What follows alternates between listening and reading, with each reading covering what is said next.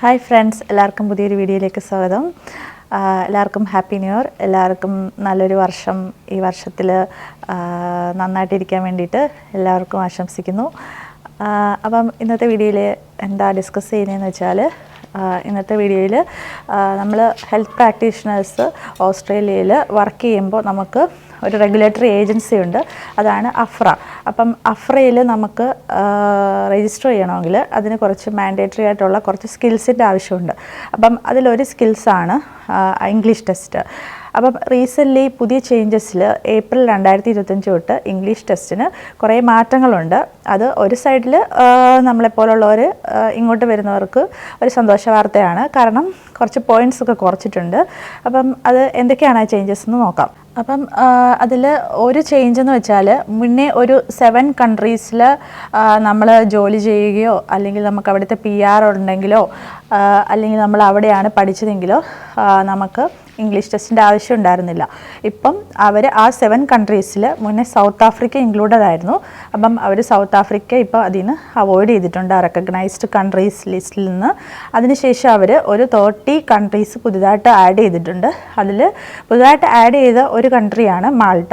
അപ്പം മാൾട്ടയുടെ PRO നമുക്ക് മാൾട്ടയിലാണ് നമ്മൾ ട്രെയിൻ ചെയ്തതൊക്കെ ആണെങ്കിൽ നമുക്ക് ഇംഗ്ലീഷ് ടെസ്റ്റിൽ ഇളവുകളുണ്ട്. പിന്നെ ഒരു ചേഞ്ച് എന്ന് പറഞ്ഞാൽ റൈറ്റിങ്ങിനുള്ള ചേഞ്ചസ് ആണ്.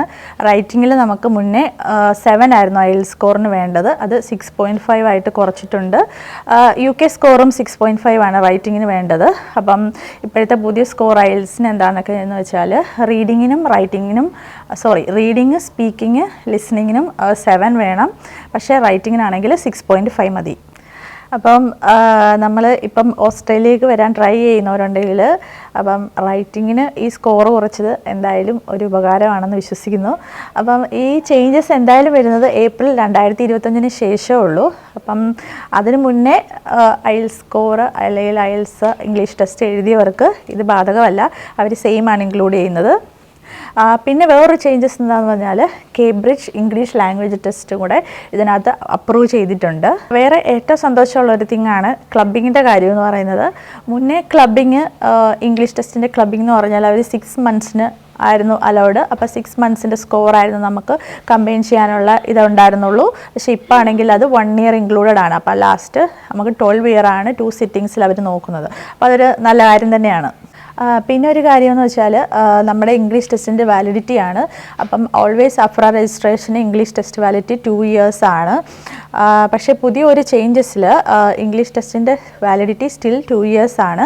പക്ഷേ വാലിഡിറ്റി കഴിഞ്ഞിട്ട് നമ്മൾ ഇവർ പറയുന്ന ഒരു റെക്കഗ്നൈസ്ഡ് കൺട്രീസിൽ സ്റ്റിൽ വർക്ക് ചെയ്യുകയാണെങ്കിലും മുന്നേ 1 വർഷം മുമ്പ് നമ്മൾ അഫ്രയ്ക്ക് വേണ്ടി ലോഡ്ജ് ചെയ്യുകയാണെങ്കിൽ അവരത് അക്സെപ്റ്റ് ചെയ്യുന്നുണ്ട്.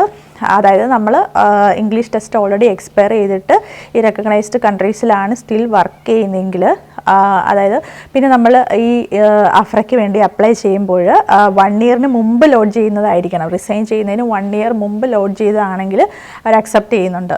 പിന്നീട് ഈ റെക്കഗ്നൈസ്ഡ് കൺട്രീസിൽ, അതായത് ഒരു 30 റെക്കഗ്നൈസ്ഡ് കൺട്രീസ് പറയുന്നുണ്ടല്ലോ, അതിനകത്ത് നമ്മൾ ഡിസ്ക്രിപ്ഷനിൽ കൊടുക്കുന്നതായിരിക്കും അത് ഏതൊക്കെയാണെന്ന്. അതിനകത്ത് പുതിയതായിട്ട് മാൾട്ടയൊക്കെ ഇൻക്ലൂഡഡ് ആണ്. അപ്പോൾ നമ്മൾ ഈ റെക്കഗ്നൈസ്ഡ് കൺട്രീസിൽ നമ്മുടെ primary and secondary education 6 years നമ്മൾ ചെയ്തിട്ടുണ്ടെങ്കിൽ, അതായത് 6 ഇയേഴ്സ് ആണ് നമ്മൾ ഇംഗ്ലീഷിലാണ് പഠിച്ചതെങ്കിൽ നമുക്ക് IELTSൻ്റെ ആവശ്യമില്ല, അതായത് ഇംഗ്ലീഷ് ടെസ്റ്റിൻ്റെ ആവശ്യമില്ല.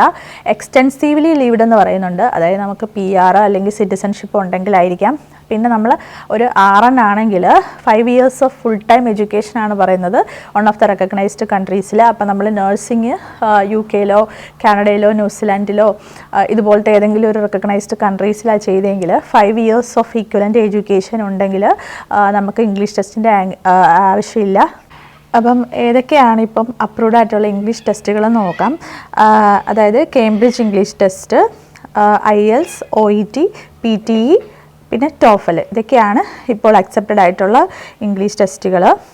പിന്നെ ഏതൊക്കെ ടെസ്റ്റ് സ്കോറാണ് അവർ അക്സെപ്റ്റ് ചെയ്യുന്നതെന്ന് വെച്ചാൽ, നമ്മളൊരു സിംഗിൾ സിറ്റിങ്ങിൽ ഈ സ്കോറുകളെല്ലാം മീറ്റ് ചെയ്യുകയാണെങ്കിൽ അങ്ങനത്തെ സ്കോറ്, പിന്നെ minimum of 2 test sittings in A 12 month period.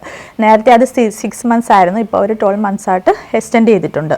അപ്പം ഏതൊക്കെയാണ് ഈ ഓരോ ഇംഗ്ലീഷ് ടെസ്റ്റിൻ്റെയും റിക്വയർമെൻറ്റ്സ് നോക്കാം.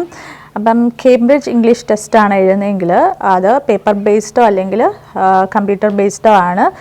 മിനിമം സ്കോർ ഓഫ് 185ഉം ലിസണിങ് റീഡിങ് ആൻഡ് സ്പീക്കിങ്ങിന് 185ഉം പിന്നെ minimum score of 176 in റൈറ്റിങ്ങും.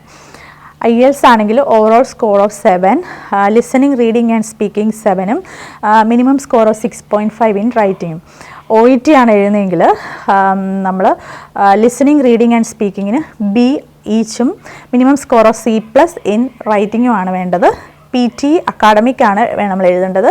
PT academic ആണെങ്കിൽ മിനിമം സ്കോർ ഓഫ് 66ഉം ലിസണിങ് റീഡിങ് ആൻഡ് സ്പീക്കിങ്ങിന് 66 ഇൻ ഈച്ചും മിനിമം സ്കോർ ഓഫ് 56 ആണ് റൈറ്റിങ്ങിന് വേണ്ടത്. പിന്നെ നമ്മൾ IELTS എഴുതുവാണെങ്കിൽ IELTS അക്കാഡമിക് സ്കോറാണ് ഇതിന് വേണ്ടത്. പിന്നെ TOEFL ആണ് എഴുതുന്നതെങ്കിൽ minimum score of 94, 24 for listening reading and writing and 23 for speaking എന്നാണ് അപ്ഡേറ്റ് ചെയ്തിരിക്കുന്നത് TOEFLന് വേണ്ടിയിട്ടുള്ളത്. അപ്പം പുതിയതായിട്ട് ചേഞ്ച് ചെയ്തിട്ടുള്ള ഒരു 30 കൺട്രീസ് ഉണ്ട്. അത് നിങ്ങൾക്ക് ആഫ്രയുടെ വെബ്സൈറ്റിൽ പോയിട്ട് ഇംഗ്ലീഷ് ടെസ്റ്റ് റിക്വയർമെൻറ്റ് സൈറ്റിൽ പോയാലും കാണാൻ പറ്റും. ഇല്ലെങ്കിൽ നമ്മൾ ഏതൊക്കെ കൺട്രീസ് ആണെന്നുള്ളത് നമ്മുടെ ഡിസ്ക്രിപ്ഷനിലും കൊടുക്കാം. അപ്പം ഇന്നത്തെ വീഡിയോ എല്ലാവർക്കും ഇഷ്ടപ്പെട്ടെന്ന് വിചാരിക്കുന്നു. അപ്പം ഓസ്ട്രേലിയയിലേക്ക് വരുന്നവർക്ക് എന്തായാലും ഒരു ഹാപ്പി ന്യൂസാണ് റൈറ്റിങ്ങിൻ്റെ സ്കോറ് കുറച്ചത്. അതുപോലെ തന്നെ കുറച്ച് ചേഞ്ചസ് ഒക്കെ ഉണ്ട്. അതുപോലെ തന്നെ ക്ലബിങ് ചെയ്യാനിരിക്കുന്നവർക്ക് അത് 6 months ആയിരുന്നു മുന്നേ, അത് 1 year ആയിട്ട് മാറ്റിയിട്ടുണ്ട്. അപ്പം എന്തായാലും ചെറിയൊരു ആശ്വാസമാണ്, വലിയൊരു ആശ്വാസമല്ല, എന്തായാലും ചെറിയൊരു പോയിന്റ് ആശ്വാസത്തിനുള്ള വകയുണ്ട്. അപ്പം ഈ ചേഞ്ചസ് വരുന്ന നേരത്തെ പറഞ്ഞതുപോലെ തന്നെ ഏപ്രിൽ 2025 ശേഷമാണ്. അപ്പോൾ അതിന് മുന്നേ എഴുതിയിരിക്കുന്നവർക്കെല്ലാം പഴയ സ്കോറും പഴയ കാര്യങ്ങളും ഒക്കെയാണ് അപ്രൂവ് ചെയ്യുന്നത്. അപ്പം എല്ലാവർക്കും ഇന്നത്തെ വീഡിയോ ഇഷ്ടപ്പെട്ടെന്ന് കരുതുന്നു. അപ്പം എല്ലാവരുടെയും ജേർണി ഓസ്ട്രേലിയയിലേക്ക് വരുന്നവർ ഈസി ആയിരിക്കട്ടെ. അപ്പം thank you for watching the video. എല്ലാവർക്കും ഹാപ്പി ന്യൂ ഇയർ.